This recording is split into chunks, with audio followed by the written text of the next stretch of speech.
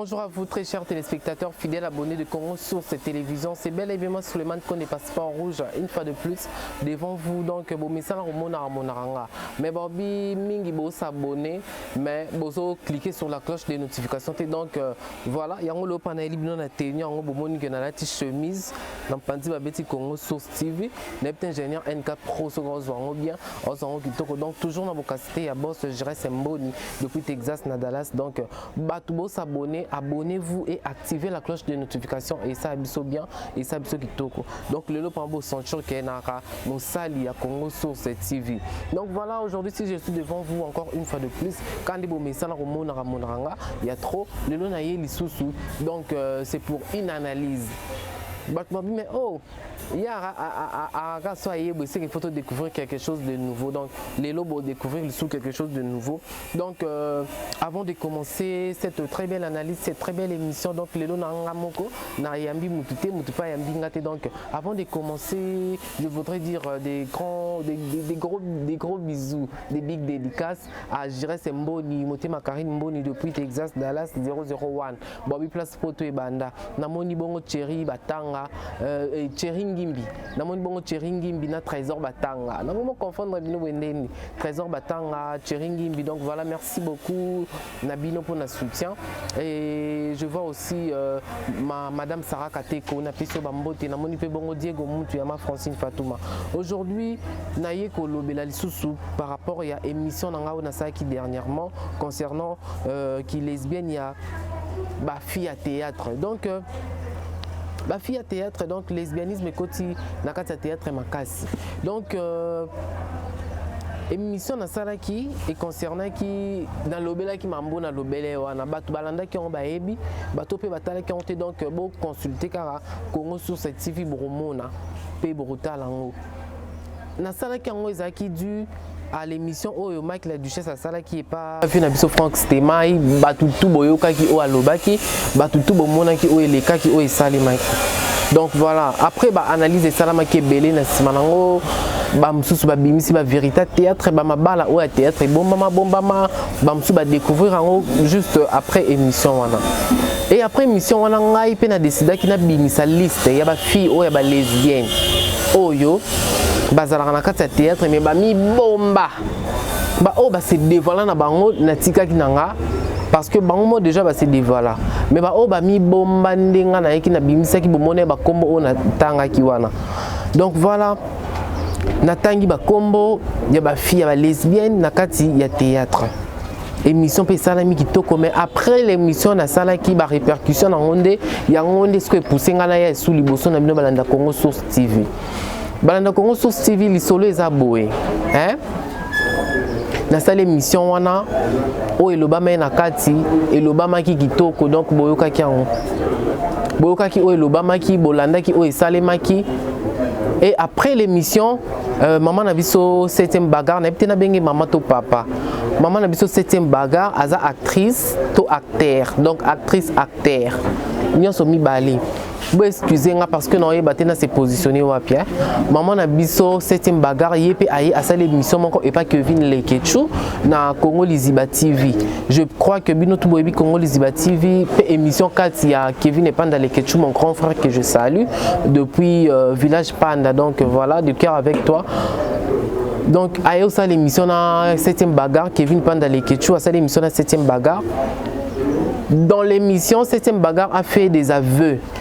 Pour notre baby français, tu aveu ezali ko avouer loko donc aux on dit mais loko que sont des accusés qu'on a quelque chose tu acceptes on dit mi en cœur on a mes conscience on dit mi que tel kambana na sala ngo maman na biso 7e bagarre andimi ki lesbienne na na kati ya émission wana a avouer pe atangi ba acolytes na e atangi ba ndeko na e mususu o bazaka na kati ya théâtre o basalaka lesbianisme et longo moko na ye o pe basalaka ngo batika o pe donc batutu balanda ke mission na ba yebi ni lekai na kati ni ne loba maki nga na eli suli boso na bino pona loba boye biso tant to sala ba émission déjà ezaka c'est que ceux qui eza pona créer buzz c'est que ezaka déjà na une part de vérité na kati Donc une part à vérité en kati, pourquoi? Parce que déjà si on s'est douté dans quelque chose na kati ça va doute wana oza de na part moko ya vérité o linga ko admettre té.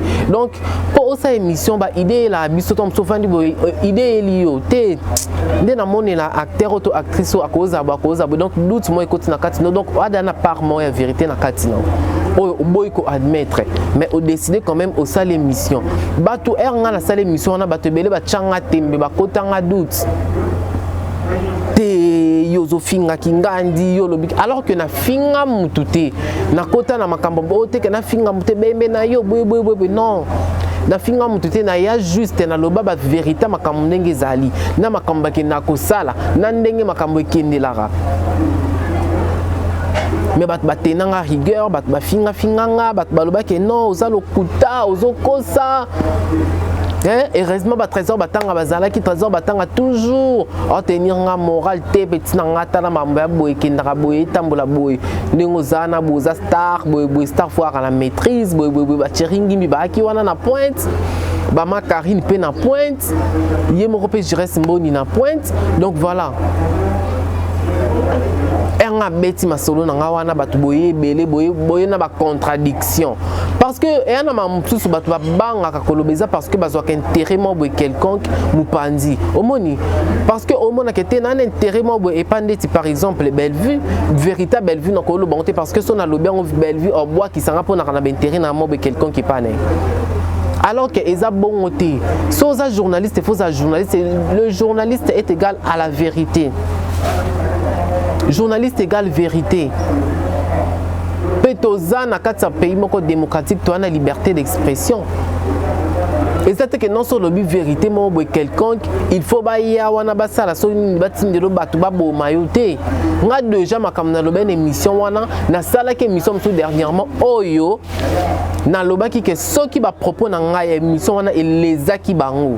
Ba excusez nga ba excuser nga ba tenir nga rigueur te naza na problème na bangote naza na rendre na bangote parce que j'ai reçu des appels j'ai reçu des messages autant msuna kokyo laksa awate autant msuna kokyo laksa awate ligue mo ya ba chroniqueur bosala lisanga na bino bosangana bino ka wana boponana bozaka ba fan chroniqueur ou journaliste kokozala na yo na fan na idole où tu peux être fanatique de quelqu'un d'une star mais okokite ke non o la kisango aux yeux de tous que tenga penande na rabuna fanatique a fali ezala raté tenga penande na rabuna fanatique a kingandi ezala raté omoni. Et elle a raté parce que quand tu montres que tu es aux arana côté à Moutouboé, côté wana oyozo la sabatu mususu obalinga kaite donc bako banape suko lingote donc tu t'attires des problèmes toi-même. Si ko ngai mambana no sonara nangote na rapena clim na kana katikati. Donc batuku to tenir nga regarder parce que je dis des vérités. Tu vois? Je dis des vérités. Pobino boyaki wana ote ozokosa boy est-ce que maman na penande to mona ke ya kosa makambo même so mambane ko mama batuni longi na mbunzu bo e ko mama na mbunzu te omoni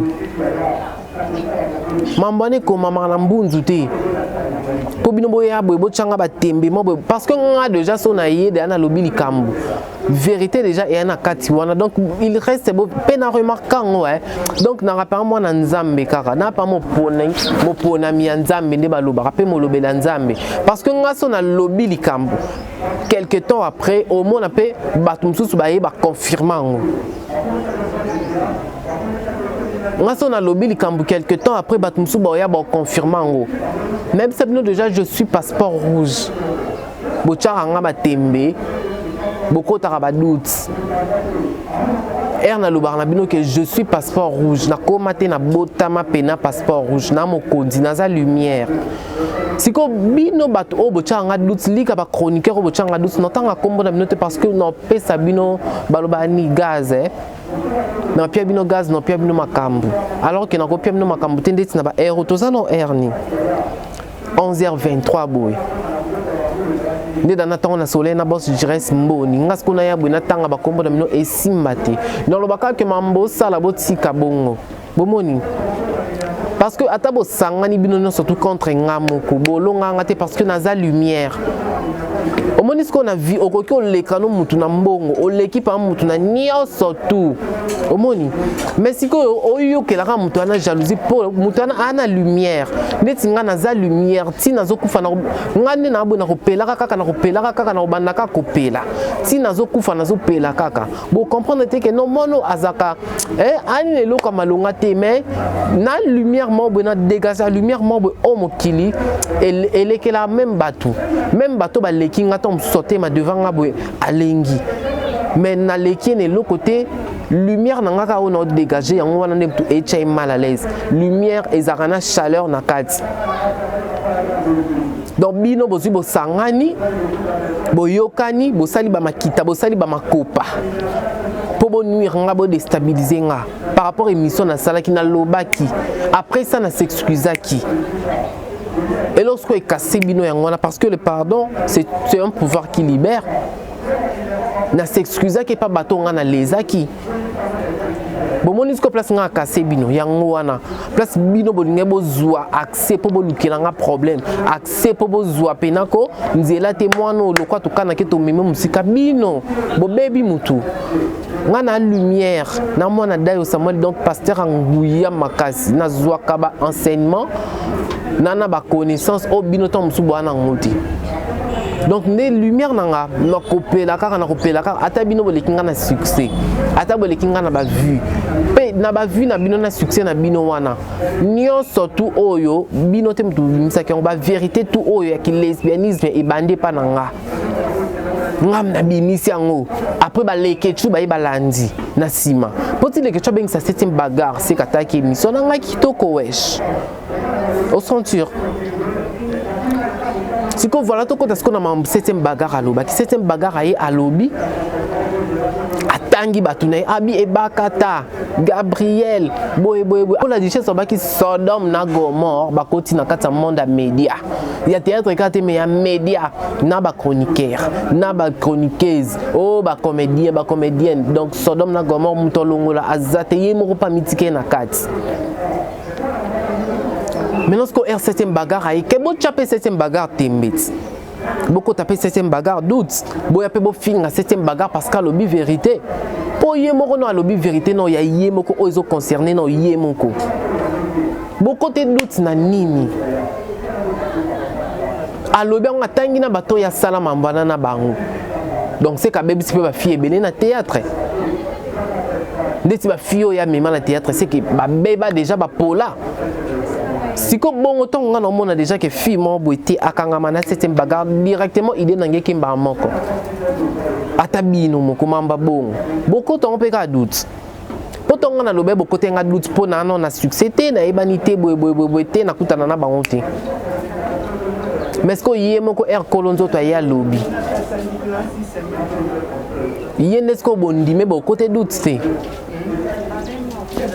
hein bondimis ko ke mamna lo barabo chango tembete ngaso na lobi likambu ata na minute na confirmation était donc après quelques temps à tes 8 ans mais ko yakaka nga ba vérité na ngeza loka retour à Jésus-Christ donc eko yakaka suka eko kitaka ke ko bimakaka omoni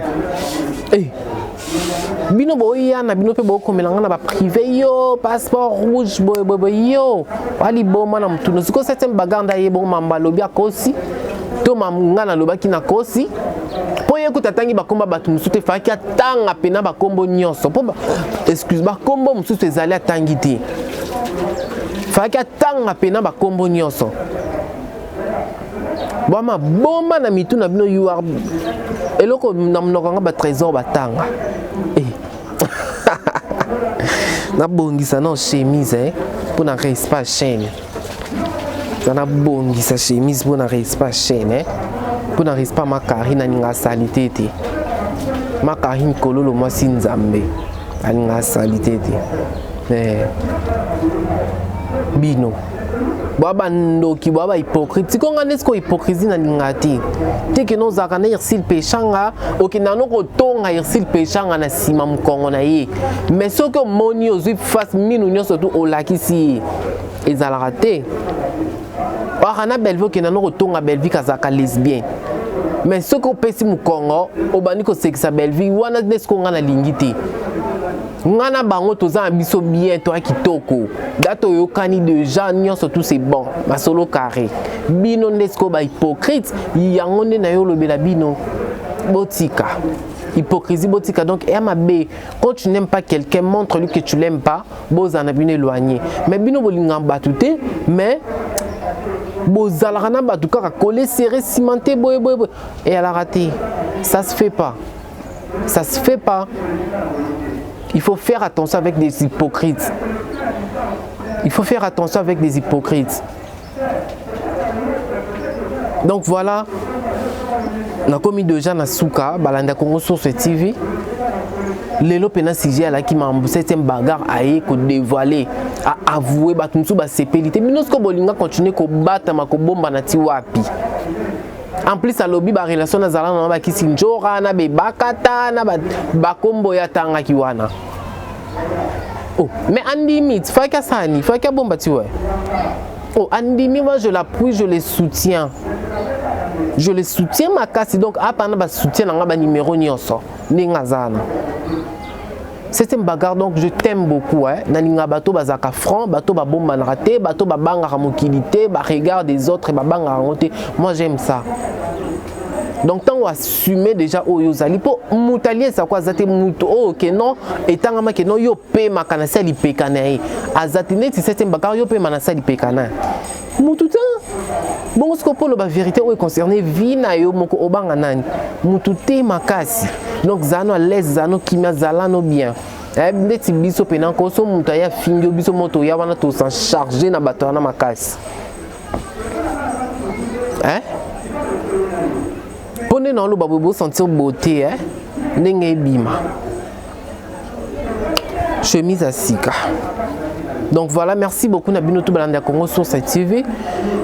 Bon s'abonner massivement, bon activer cloche de notification parce que ceux qui ont activé cloche de notification t'es émission dans un passeport rouge et quota au monde ceux qui ont s'abonner kaka ou activer cloche de notification t'es émission dans un passeport rouge et quota au monde donc pour émission dans un réseau quota au monde il faut activer cloche de notification dans émission au quota directement tu vois l'émission batinde de notification au monde émission au cliquer au tali passeport rouge hein donc ça va c'est bon merci beaucoup Nabino tout batulanda biso bon partage à l'émission na biso ça la biso bien donc voilà pour aujourd'hui c'en est fini je m'en vais déjà dire faire mes salutations à mon boss je reste Mboni depuis 001 na bosanité ma Karine Kolo le moté ma je reste Mboni mère double donc mère double na biso maman paradis na peso bambote je vois donc là aussi Trésor Batanga je vois aussi Chiringi moté ma Sarah Kateko le couple parfait ma Francine Fatouma merci pour na Kolio Tindaki donc et commis donc est déjà qu'on récupère merci Diego Moutou mon jumeau depuis 0033 donc merci beaucoup je vois aussi Nancy Makwala la reine d'Angleterre moté ma Didier Claude Mavinga Bambote Nabino Yangwana ainsi qu'à toute la famille Konde donc elle Paris je vois aussi Bobby ma nièce donc il n'y a pas les lits trop na boakae ma nièce Rebecca Kilou Mosengu na peso Bambote des bons rétablissements des bonnes guérisons à toi. Je vois aussi le docteur Marcel Lechou Choucha. Docteur Marcel Lechou Choucha. Donc Léona Soukiwana, merci beaucoup à toi l'ingénieur NK Pro. Merci beaucoup. Donc Nabino tout batulandi biso s'abonner peut vous activer cloche de notification et ça biso bien.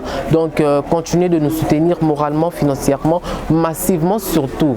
Hein? Merci beaucoup. Retrouvons-nous donc au prochain numéro. Bye bye.